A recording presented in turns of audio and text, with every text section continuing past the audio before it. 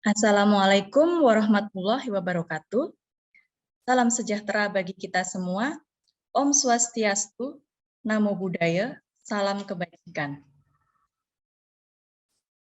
Presentasi kali ini saya gunakan untuk penyataan diri dosen dalam unjuk kerja Tridharma Perguruan Tinggi di bidang pengajaran untuk sertifikasi dosen gelombang 3 tahun 2022.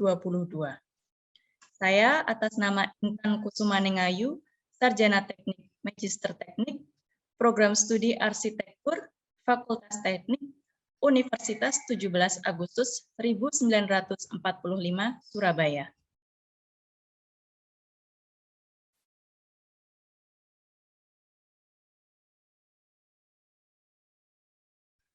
Di sini saya akan menjelaskan mengenai mata kuliah Komunikasi Arsitektur. Mata kuliah ini di semester 1 dengan kode mata kuliah 144-20123 dengan bobot 3 SKS, merupakan mata kuliah wajib dengan dosen pengampu saya sendiri, Intan Kusumaningayu, Sarjana Teknik, Magister Teknik. Ini adalah RPS atau Rencana Pembelajaran Semester yang sudah divalidasi oleh Ketua Program Studi dan juga Dekan. Kemudian penjelasannya akan saya paparkan dalam slide berikutnya. Yang pertama mengenai deskripsi mata kuliah. Mata kuliah Komunikasi Arsitektur ini akan menitikberatkan pada kemampuan melatih skill tangan bebas atau freehand, mulai dengan melatih membuat titik, garis, dan guratan, sampai dengan penerapannya pada objek arsitektural sederhana secara utuh. Hasil karya mahasiswa sepenuhnya dikerjakan di studio dan di luar studio, serta dipresentasikan dan didiskusikan di depan kelas. Selain itu, juga ditambahkan tugas di rumah untuk melatih kemampuan motorik mahasiswa. Cara pengerjaan tugas yang dilakukan di studio juga memberikan peluang kepada mahasiswa untuk melakukan diskusi baik dengan dosen atau asisten ataupun dengan sesama peserta mata kuliah, sehingga mahasiswa tidak hanya memiliki kemampuan meningkatnya pengetahuan atau kognitif, tetapi juga kemampuan afektif atau sikap dan perilaku, dan psikomotorik atau tindakan. Kemampuan yang diharapkan pada mata kuliah Komunikasi Arsitektur ini mengacu pada capaian pembelajaran lulusan atau CPL dan juga CPMK atau capaian pembelajaran mata kuliah. Untuk CPL di sini ada 4, yaitu CPL ke-12, mampu menunjukkan kinerja mandiri, bermutu, dan terukur. Kemudian ada CPL ke-23, mampu mengkomunikasikan pemikiran dan hasil rancangan dalam bentuk grafis, tulisan, dan model yang komunikatif dengan teknik manual maupun digital. Kemudian CPL ke-26 memiliki sikap etis dan estetis, komunikatif, adaptif, dan apresiatif. Kemudian CPL ke-29 mampu mengembangkan proses kreatif dalam berarsitektur yang tanggap zaman. Berikutnya adalah capaian pembelajaran mata kuliah atau CPMK. Di sini menekankan pada kemampuan mahasiswa untuk menggambar sketsa tangan bebas berupa titik, garis, guratan, warna, material dengan berbagai media gambar, baik pensil, pensil warna, tinta, cat air, cat poster, dan sebagainya. Mahasiswa mampu menggambar sketsa tangan bebas dan mengkomunikasikan secara grafis bangunan arsitektur dengan cara gambar proyeksi dan gambar perspektif dengan berbagai sudut pandang. Untuk CPMK ini dibagi menjadi 14 sub CPMK yang terkait juga dengan nantinya pembelajaran di setiap minggu perkuliahannya. Sub-CPMK yang pertama, mahasiswa mampu memahami tujuan pembelajaran, program perkuliahan 1 semester, proses penilaian, dan sasaran mata kuliah komunikasi arsitektur. Sub-CPMK yang kedua, mahasiswa memahami dan mampu menerapkan teknik komunikasi arsitektur yang tepat dalam gambar freehand. Sub-CPMK yang ketiga, mampu menerapkan skala pembanding dalam gambar arsitektur serta rendering material bahan bangunan. Sub-CPMK yang keempat, mampu membuat gambar isometrik dan teknik penulisan pada gambar arsitektur. Sub-CPMK yang kelima, mampu menerapkan teknik bayangan dan penggunaan warna pada gambar arsitektur. Kemudian untuk sub-CPMK yang keenam, mampu membuat gambar proyeksi, penerapan skala gambar, pemberian notasi, dan teknik penulisan pada gambar arsitektur. Sub-CPMK yang ketujuh, mampu membuat gambar perspektif interior. Sub-CPMK yang kedelapan, mampu mengembangkan teknik penyajian dan presentasi dengan sketsa gambar arsitektur. Sub-CPMK yang 9, mampu membuat gambar proyeksi dari atas, baik side plan dan layout kawasan dengan skala yang benar. Sub-CPMK ke-10, mampu membuat gambar proyeksi depan, samping, dan potongan pada kawasan dengan skala yang benar. Serta mampu menyusun penyajian konsep perancangan dalam arsitektur. Sub-CPMK 11, mampu membuat gambar perspektif eksterior pada masa banyak. Kemudian sub-CPMK ke-12, memahami penerapan fotografi dalam arsitektur. Sub-CPMK 13, mampu membuat gambar detail arsitektural. Sub-CPMK 14, mampu mengkomunikasikan desain arsitektur secara verbal serta memahami penerapan maket dan animasi dalam arsitektur. Berikutnya, untuk bahan kajian pembelajaran, terdapat 11 bahan kajian. Yang pertama, teknik mengkomunikasikan gambar, yaitu yang terkait dengan proporsi, estetika, kerapian, dan pusat perhatian. Kemudian yang kedua, teknik menulis dan membuat angka dan notasi-notasi gambar. Kemudian yang ketiga, teknik membuat titik, garis, dan guratan. Yang keempat, teknik mengkomunikasikan material, tanaman, manusia, kendaraan sebagai skala pembanding. Yang kelima, teknik gambar proyeksi pada denah, tampak, dan potongan. Yang keenam, teknik gambar isometri. Yang ketujuh, teknik membuat bayangan. Yang kedelapan, teknik menggambar perspektif interior dan eksterior. Kemudian yang kesembilan mengenai sketsa arsitektur, dan ke-10 maket dan fotografi untuk mendukung komunikasi arsitektur, dan yang ke-11 yaitu teknik pewarnaan.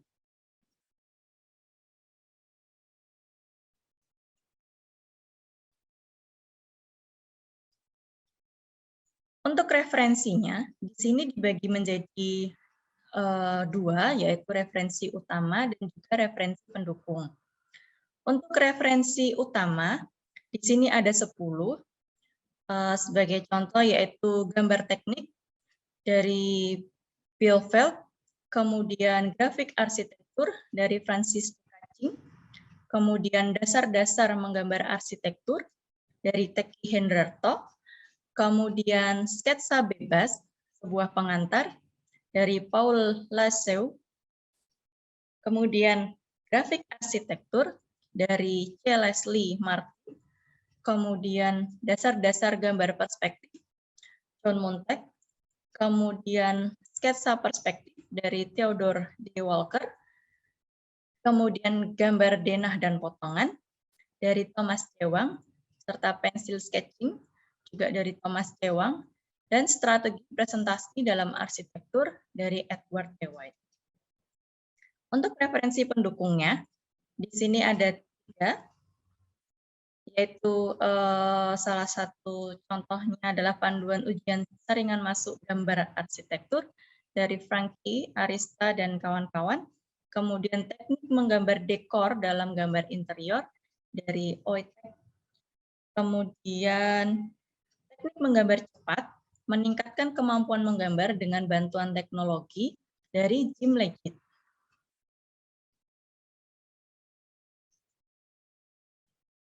Untuk sistem dan metode pembelajaran yang digunakan pada mata kuliah komunikasi arsitektur ini, yaitu dengan proses belajar hybrid learning, ada sinkron dan juga asinkron. Untuk perkuliahan yang sinkron, ini dilangsungkan tatap muka secara luring. Kemudian untuk asinkron, menggunakan platform LMS untuk Surabaya, yaitu ELITA. Di sana diberikan materi-materi yang bisa dipelajari sendiri oleh mahasiswa. Selain pada saat di kelas, mereka menggunakan untuk latihan-latihan langsung di kelas maupun di waktu di rumah. Kemudian berikut adalah link dari mata kuliah komunikasi arsitektur yang ada di ELITA. Kemudian ada penugasan terstruktur. Mahasiswa akan diberikan tugas-tugas mulai tugas kecil hingga ada tugas besar. Kemudian ada kegiatan mandiri, itu tadi terkait mahasiswa juga bisa mempelajari materi yang sudah diberikan secara mandiri. Untuk materi pembelajaran tiap minggu, di sini terkait juga dengan sub PPMK yang sudah disampaikan di awal. Minggu perkuliahan ada 16 yang dibagi menjadi minggu pertama sampai ke-7 adalah perkuliahan, kemudian di minggu ke-8 untuk ETS atau evaluasi tengah semester, kemudian berikutnya di minggu ke-9 hingga ke-15 perkuliahan lagi, kemudian di minggu ke-16 adalah EAS atau evaluasi akhir semester. Untuk minggu pertama, materi yang diberikan yaitu pengantar komunikasi arsitektur dan juga pengetahuan mengenai perlengkapan dan peralatan gambar yang harus digunakan oleh mahasiswa pada saat perkuliahan di komunikasi arsitektur. Kemudian di minggu kedua, materi mengenai pengenalan unsur dan prinsip desain dalam presentasi arsitektur. Kemudian juga dikenalkan mengenai media gambar apa saja yang bisa digunakan untuk menggambar, khususnya pada mata kuliah komunikasi arsitektur. Kemudian di minggu ketiga, mahasiswa akan diberikan materi mengenai teknik menggambar skala pembanding, di sini berupa tanaman, manusia, dan kendaraan, dengan cara freehand. Kemudian ada juga teknik menggambar material bangunan. Di sini nanti yang akan digunakan sebagai proses rendering gambar. Kemudian di minggu keempat, mahasiswa akan diberikan materi mengenai teknik menggambar isometri, teknik penulisan pada gambar arsitektural secara freehand. Kemudian di minggu kelima, mahasiswa diberikan materi mengenai bagaimana memberikan bayangan pada bangunan atau benda, kemudian juga penggunaan warna pada gambar arsitektur.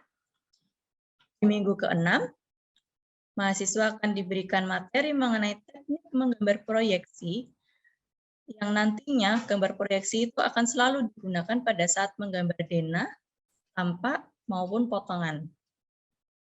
Kemudian di minggu ke-7 hingga ke-8 pada saat ETS, mahasiswa akan diberikan materi mengenai teknik menggambar perspektif interior. Kemudian di minggu ke-9, mahasiswa akan diberikan materi mengenai teknik sketsa dan rendering gambar. Kemudian di minggu ke-10, materi mengenai teknik menggambar proyeksi atas, teknik penggunaan skala gambar, dan juga teknik pemberian notasi dan penulisan pada gambar arsitektur. Kemudian di minggu ke-11, mengenai teknik menggambar proyeksi depan, samping, dan potongan kawasan. Kemudian juga materi mengenai penyajian konsep perancangan dalam arsitektur. Di minggu ke-12, mahasiswa akan diberikan materi mengenai teknik menggambar perspektif eksterior.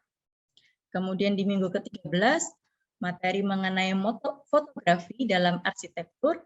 Kemudian di minggu ke-14, materi mengenai teknik menggambar detail arsitektur. Di minggu ke-15 sampai ke-16, materi yang akan diberikan mengenai teknik mengkomunikasikan desain arsitektur secara verbal, maket, dan animasi dalam arsitektur.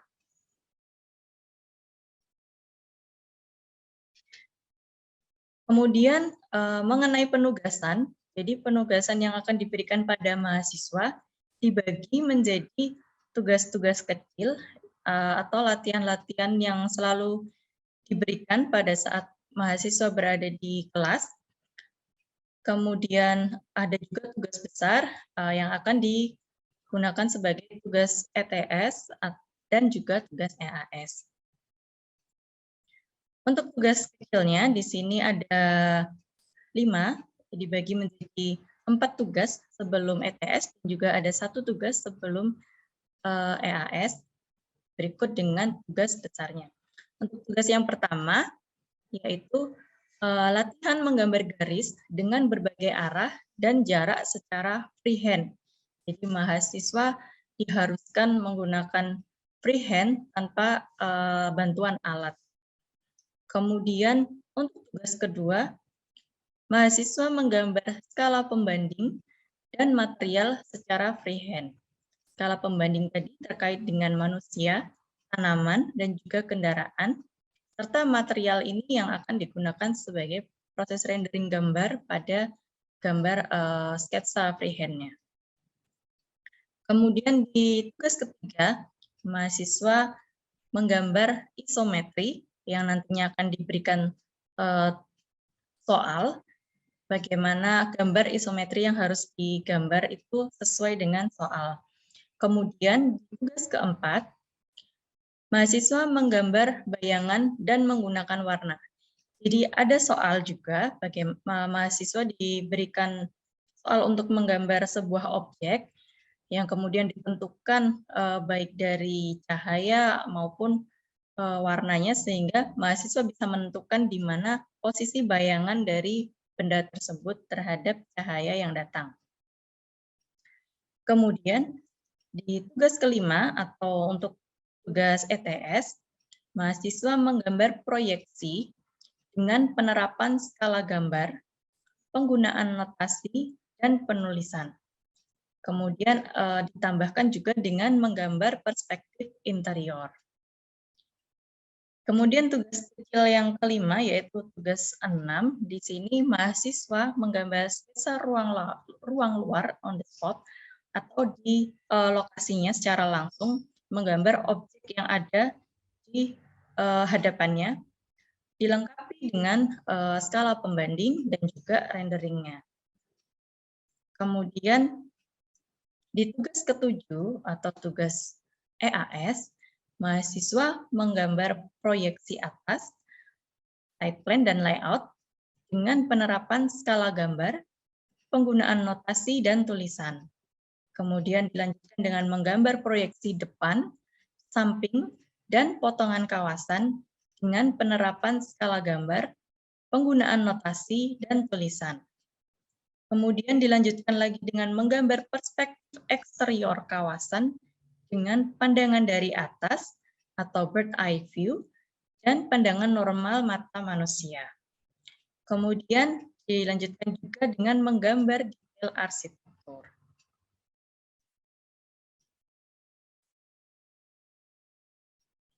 Untuk sistem penilaiannya, di sini ada sistem penilaian mata kuliah dan juga sistem penilaian untuk masing-masing tugasnya.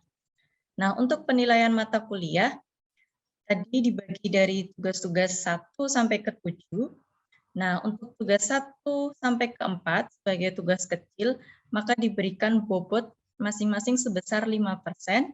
Kemudian untuk tugas kelima atau tugas ETS, diberikan bobot sebesar 30%. Dan tugas kecil yang kelima atau tugas keenamnya itu diberikan bobot 10%. Kemudian di tugas ke-7 atau tugas EAS, yaitu bobotnya sebesar 40%. Nah, kemudian untuk sistem penilaian masing-masing tugasnya, itu ada indikatornya. Yang pertama yaitu ketepatan dalam menerapkan teknik gambar sesuai yang diberikan dalam soal. Itu sebesar 50%. Kemudian yang kedua yaitu bagaimana proporsi dan juga format gambar serta teknik penulisannya pada masing-masing gambarnya itu sebesar 30%.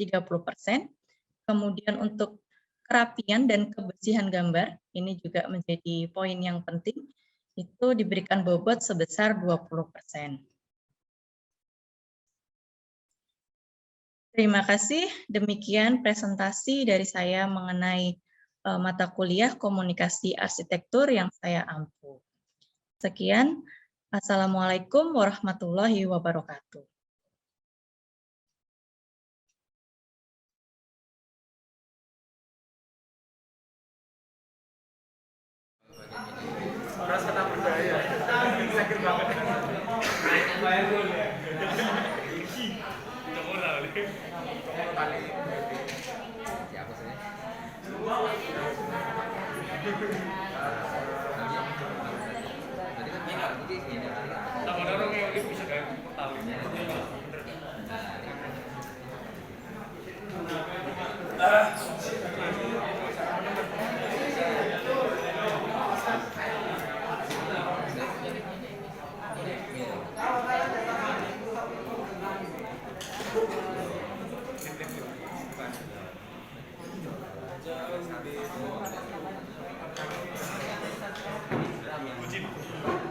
Enggak.